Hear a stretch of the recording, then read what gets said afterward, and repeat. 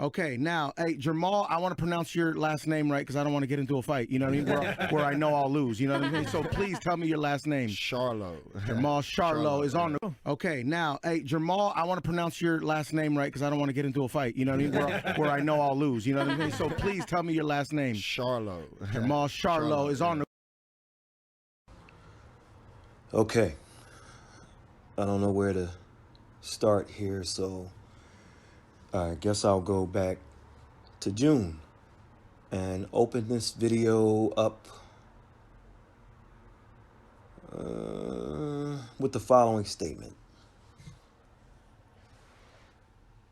If Tony Harrison faked an injury to buy more time for this fight, then he blew it, in my opinion. Big time. Now, some years ago, the line changed at the last minute for the Chad Dawson versus Andre Ward fight. Excuse me. I meant to say the Dre Ward fight. Sorry, Dre. Forgive me, please. If you don't know, he's Dre Ward now. Doesn't always answer to Andre. So keep that in your hip pocket. So the line changed, and I investigated it to find out why. And I thought it had to do with Dawson agreeing to come from 175 pounds to 168 pounds instead of asking Ward to come up from, like, and meet him halfway, like at 172 or something. And I'm like, okay, maybe this line changed because they leaked that Dawson was having trouble making weight. And come to find out, yes, he had trouble making weight. And that was partially why the line changed, but not the main reason. A guy I know who was a boxing insider said Edison Miranda knocked Dawson out cold in sparring shortly before he took on Ward. I mean, cold, like they had to use smelling salts to snap Dawson out of a deep sleep cold, like that kind of cold. And once the late story spread, true or not, Ward, the line changed big time, and Ward became a favorite, a late favorite, more of a favorite than he might have been. I think he was a slight favorite. Vegas, I mean, listen, the odds makers are no dummies. So then we have a story like Anthony Joshua. Something happened to him leading to the first fight with Andy Ruiz Jr. Some say AJ was knocked out in sparring. Other stories of him moving his camp to Miami and partying too much. Either way, he wasn't ready. So if the story Jermell CHARLO keeps bringing up about Tony Harrison getting KO'd in sparring, if that story is true, then he did the right thing by postponing the fight in June. However, if that wasn't the case and the ankle was just used as an excuse, which, jokingly or not, Harrison admitted he kind of put Tom Brown on the spot, then Tony may have blown it. I'm telling you. The reason why I say that is if the fight in June would have gone off without a hitch, I would have predicted Tony Harrison by TKO. And I know the odds say you're crazy. I'm not going to pick, but I'm telling you. I know that sounds weird. I just had a strange feeling Harrison was going to walk CHARLO into a punch he didn't see. And Tony was going to throw that said right hand with as much force behind it as he could have. And remember, in 30 fights, this guy has 21 knockouts. So Tony's a puncher. I just thought, I saw something in June where I'm telling you, he was going to take a step back and he was going to walk Jermell into a big shot. Think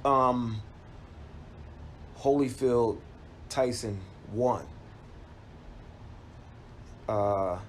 late in the fight where Evander took a step back as Tyson went to throw something big, and he launched a right hand that if Mike Tyson didn't have a 20-inch neck, he would have dropped him. Anyway, let's look at some of the keys and concerns for each fighter going into the rematch. Okay, I'll start with the champion, Tony Superbad Harrison. All right, a few keys for Tony.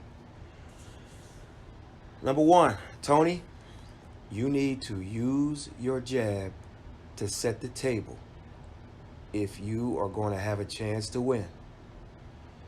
That jab set the table and was very effective in the first fight where you outboxed Jermell. Don't care what Lennox Lewis told you. Number two, another key is to counter Jermell's misses. Mel falls out of place when he misses his shots and leaves himself open. Number three, also use your footwork. You won the first fight with your superior footwork. Your lateral movement perplexed Jermell. Mel either stopped in his tracks, got caught in no man's land and was countered, or had to reset numerous times throughout the fight because of your footwork. This is the key to the fight. Remember that. Also, defensively, those shoulder feints gave CHARLO fits in the first fight. Use them again. You were able to create offense off of those shoulder feints also. It allowed you to get off first. I like the left hook for you in this fight. And I don't mean your typical Kelly Pavlik jab, right hand, left hook. I'm talking about a left counter of a missed punch. Okay, so when Jermell misses, when he loads up and misses, there's going to be a left hook opportunity for you. Sometimes he'll fall out of place and it won't be there, and sometimes he'll be right there where you can catch him on the sweet spot. So look for the left hook. Lastly, sit down on occasion and throw harder shots with your combinations. Tony got off with his combinations, and a lot of them were so fast you didn't see them. And we did a little film review in one of our previous videos. If you scroll down, you'll see it. Can't recall what the title is. I'll try to look it up before the end of this video, but we focused on round 9. And round 9 was a big round for Tony Harrison. And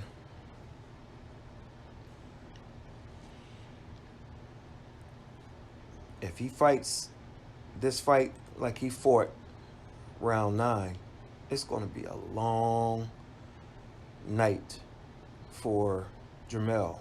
Or it might be a short night for Jermell.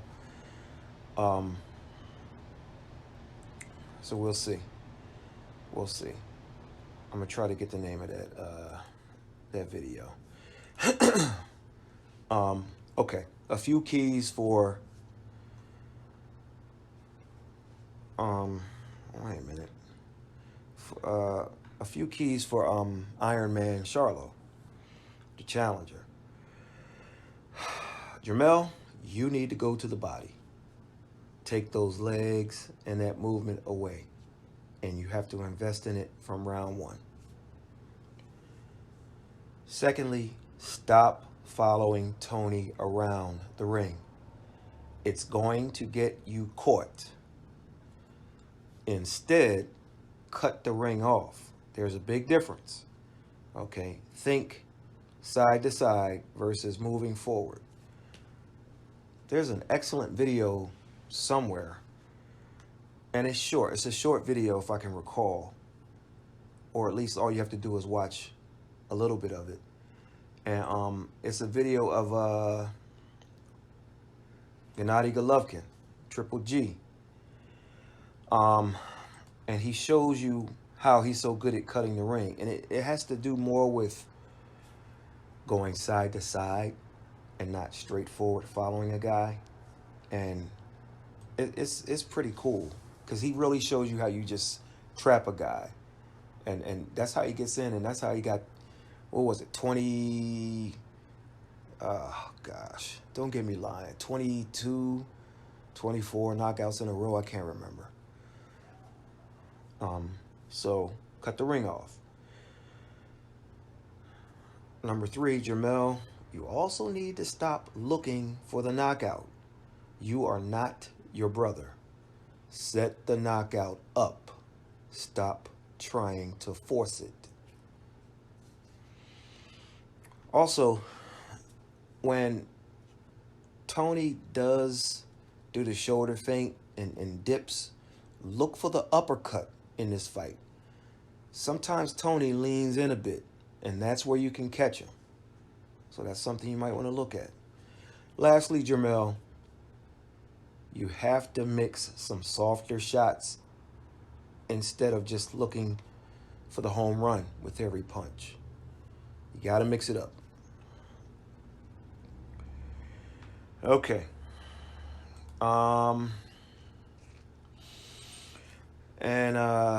Let's see. What else? Oh, so those were some keys. And now let's talk about some concerns. And I think the video, and I could be wrong, but I can't go in there now, but I think the video was called Thoughts on Wilder versus Ortiz 2, AJ versus Ruiz 2, and Harrison versus CHARLO 2. I think that's the one where we showed the film and showed you how Tony boxed Jermell up, especially in round 9. I think that's it, because I also showed Tyson Holyfield with the 5-second walk and all that other good stuff. So check that one out. What I'll do is if I find it and remember, I'll just leave it below this video. Okay, so some concerns for each guy. Let me start for the champion, Super Bad Harrison. My first concern for him is his foot and how much time it cost him if his injury was legit. Also, if so, is the foot 100% or is it 85%? That could be a difference maker as movement wins this fight if you're Harrison. So that could be key. Second concern with him is the 364 plus days off. Easily the longest layoff of his career. Not sure about that one, and I'm just, that's, I remember Ike Corte fighting very well against Oscar De La Hoya, but Ike was off for like 400 something days, if I can recall, maybe 3 something. But when you get that high, yeah, I don't think it matters. And you have to wonder, some people thought Corte won that fight, but you have to wonder how much better would he have been had he not been off for so long before fighting Oscar. So just makes you wonder.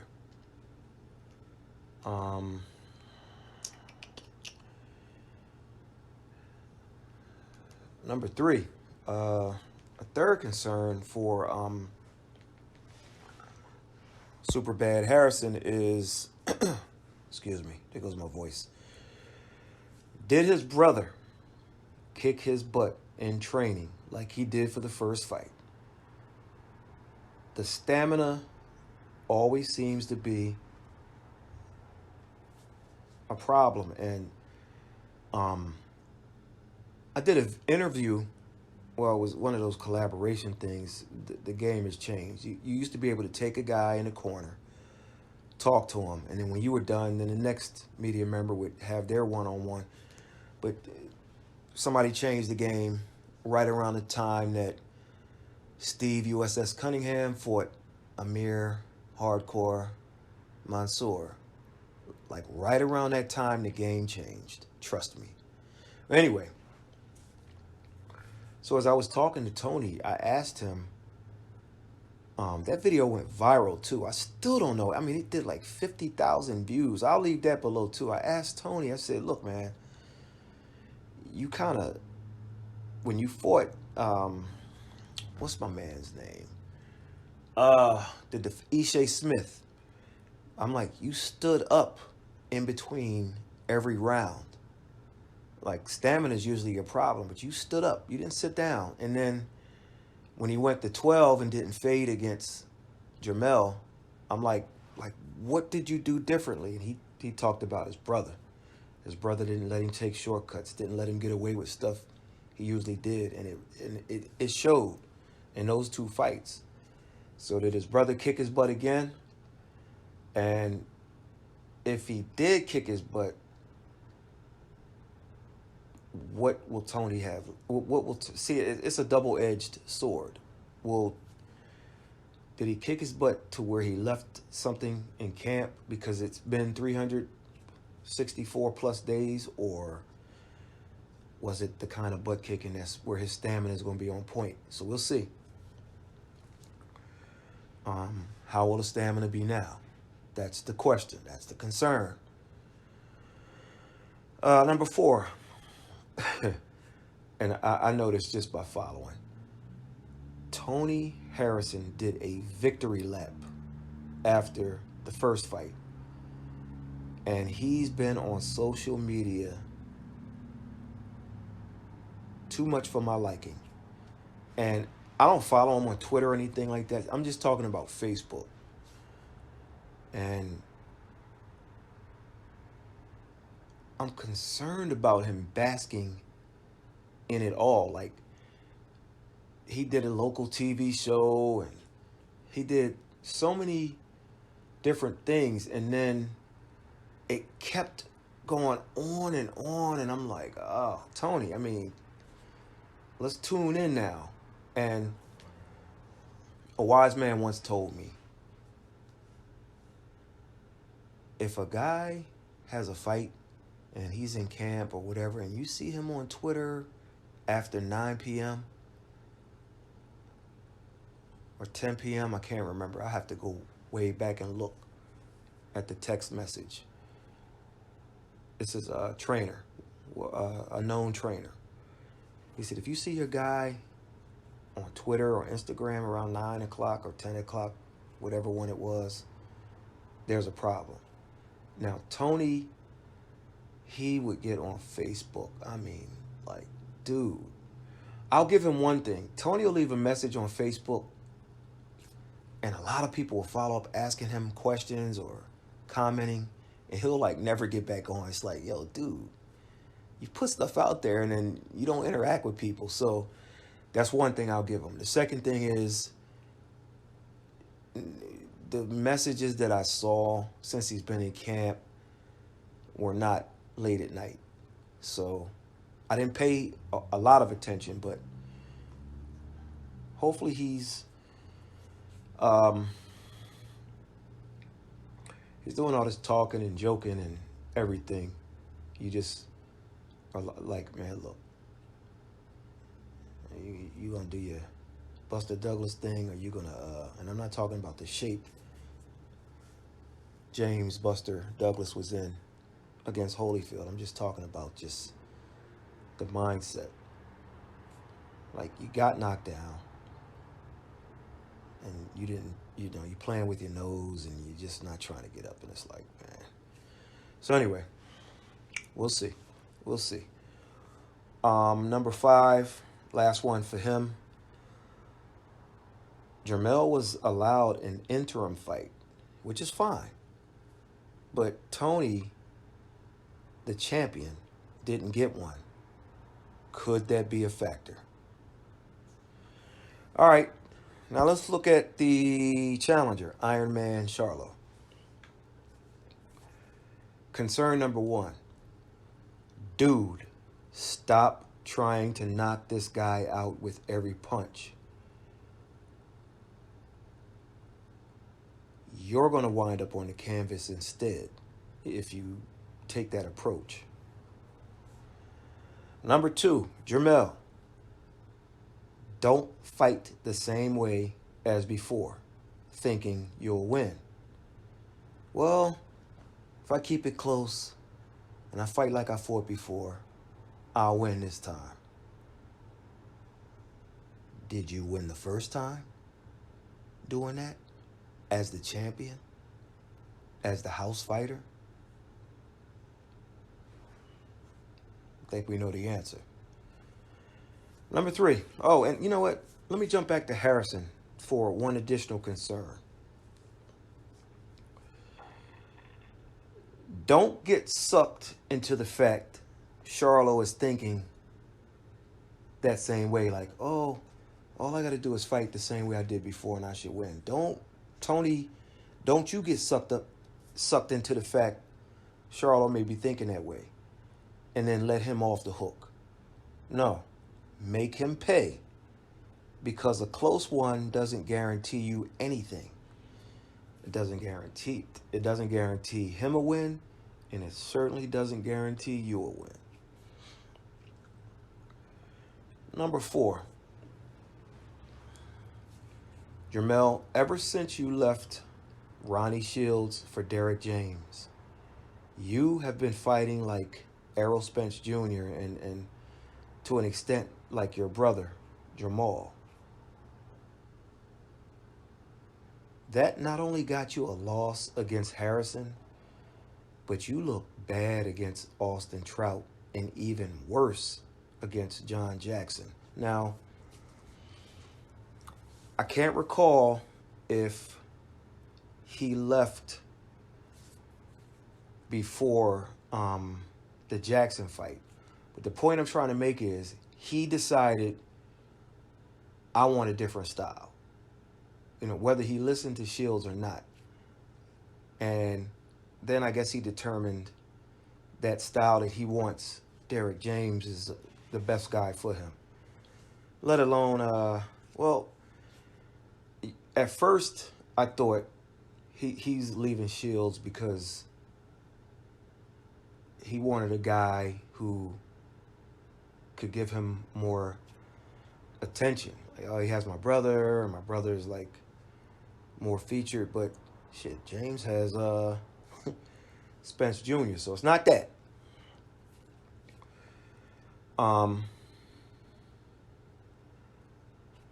The concern is hopefully you have a plan B in case whatever you do doesn't work.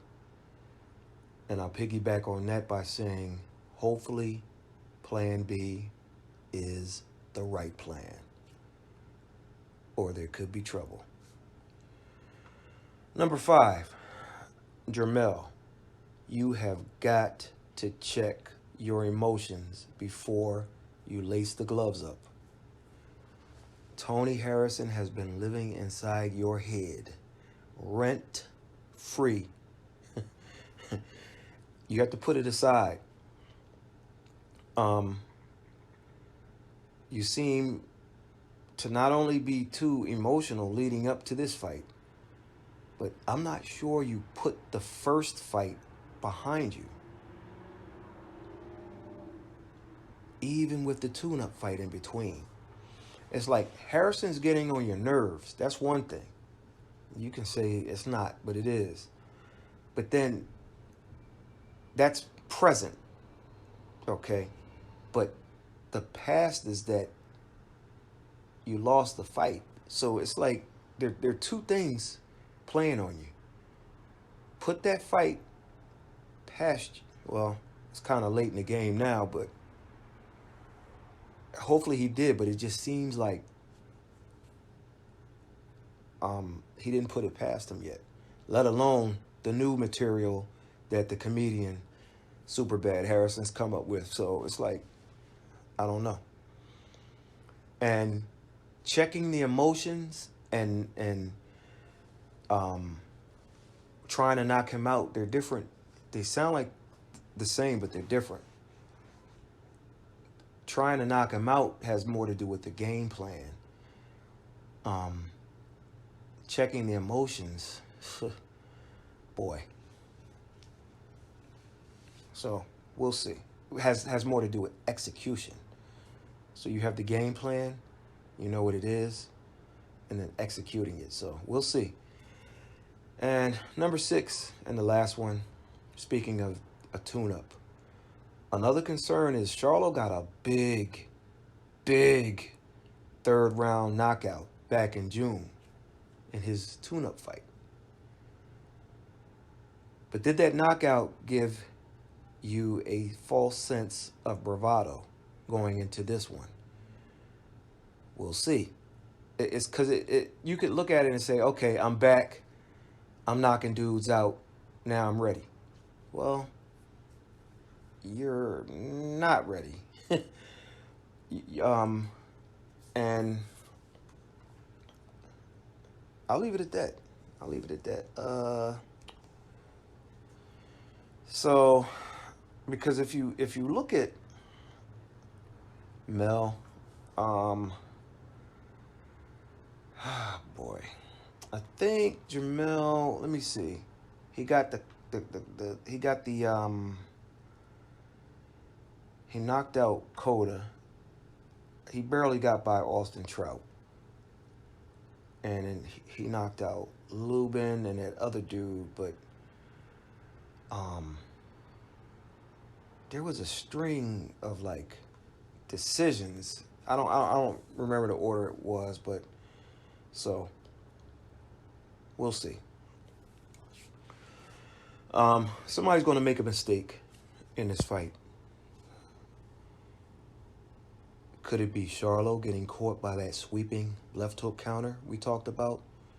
Could it be Harrison getting caught leaning in with a Charlo uppercut? I picked Harrison big if they would have fought in June, like TKO big. As I stated, I thought Tony was going to walk him into something and just drop him. Harrison's been hilarious leading up to this event. He's won the mind games, certainly. but he better win Saturday night. If not, he will not live it down. There's been so much comedy, mostly coming from him. He's talked so much junk that even if he loses a split decision or a close unanimous decision, he might not get a third fight. Charlo just might be through with him and say, nah, I beat you twice and I don't want to fight you again. But also, Premier wants a Julian Williams versus Jermell CHARLO unification. And of course, you have the story of Big Brother. And I'm sure Big Brother, if it played out that way, would show up to every event just kind of trying to bring some ghosts into Williams's head from their fight. For this fight, Jermell is a big favorite. Odds makers, websites have set higher odds on him than I thought they would. Not sure why. I guess they figure the big layoff for Harrison, as well as the tune-up for Charlo, have him winning this fight big. Most of the boxing sites I went to are rolling with Charlo too. It's almost like everybody knows something except me, because I don't know. Harrison may have talked and joked himself into a bad spot. I mean, I really, really wish this was June and not December, because I had Harrison big in June. Now, I'm not so sure with the with the aforementioned factors.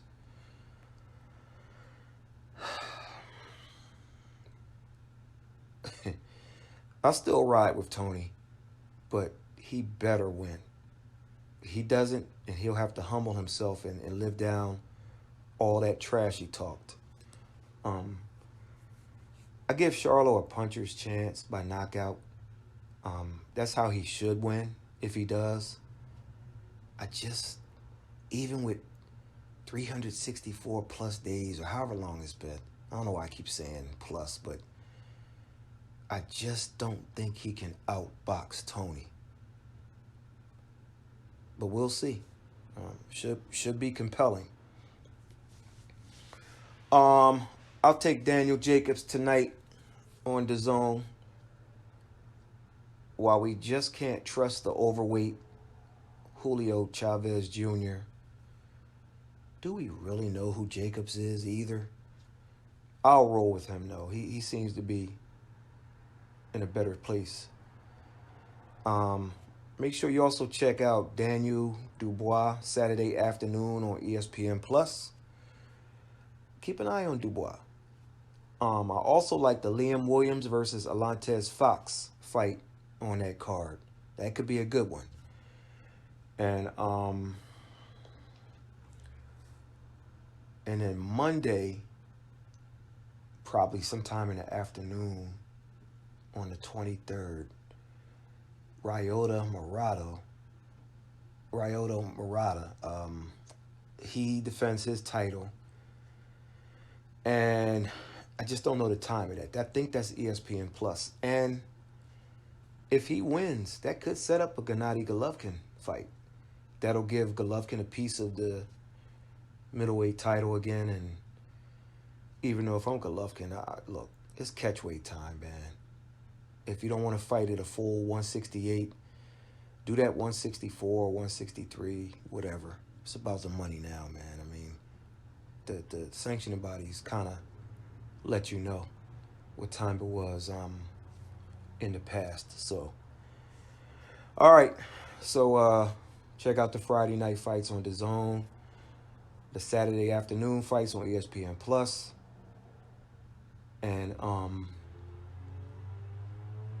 Harrison versus Charlo 2 that's on Fox. Catch you later.